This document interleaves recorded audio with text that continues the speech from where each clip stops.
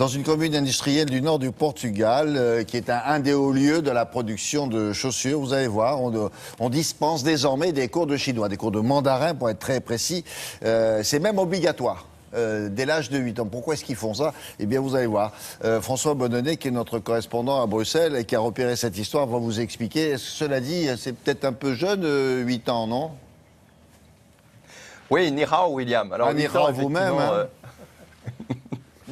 Ça peut paraître jeune, mais dans cette commune de 20 000 habitants, eh bien, l'idée est simple. Le chinois, le mandarin, effectivement, est la langue la plus parlée au monde. Et si on veut vendre là-bas, et en l'occurrence des chaussures, parce qu'on va le voir, eh bien, il faut commencer à apprendre cette langue très tôt, dès les classes de primaire. Alors, c'est un projet pilote. Le mandarin est donc obligatoire dans les écoles primaires de cette commune. Ce projet est suivi par tout le Portugal. Regardez.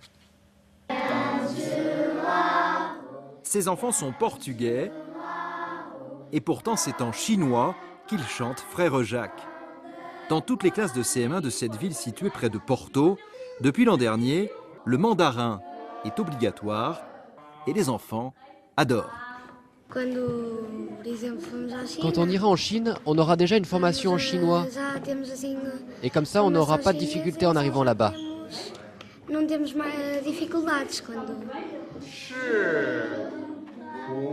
Ce jour-là, le professeur, M.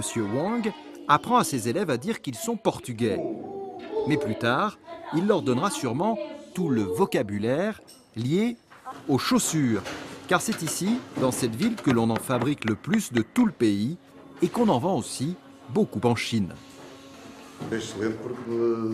C'est excellent, car de la manière prometteuse dont les affaires se développent avec la Chine, on va avoir besoin de jeunes et de personnes formées au mandarin, qui pourront ensuite nous aider dans le domaine commercial. Comme notre ville exporte énormément, nous avons très vite compris que parler mandarin serait pour nous un très gros atout. L'an prochain, le chinois sera également enseigné en CM2. L'objectif est qu'à terme, ces jeunes Portugais l'aient étudié jusqu'au bac. Ah bon, c'est pas seulement l'idée de recevoir des commerçants chinois qui viennent vendre chez vous, c'est plus ambitieux, c'est d'aller vendre chez eux là-bas. Est-ce qu'il y a un autre pays comme ça en Europe où on apprend le chinois ? Eh bien, figurez-vous, William, que j'ai été surpris, mais c'est la France qui est bien placée. Nous sommes l'un des pays d'Europe, si ce n'est le pays d'Europe où l'on apprend le plus le chinois à l'école. Il y a aujourd'hui plus de 600 collèges et lycées dans l'Hexagone qui proposent des cours de chinois. Alors évidemment, ce n'est pas comme au Portugal, ça ne commence pas en classe de primaire, mais les choses vont très vite. Il y a aujourd'hui 4 fois plus de jeunes Français qui ont commencé à apprendre cette langue dans le secondaire, 4 fois plus qu'il y a 10 ans.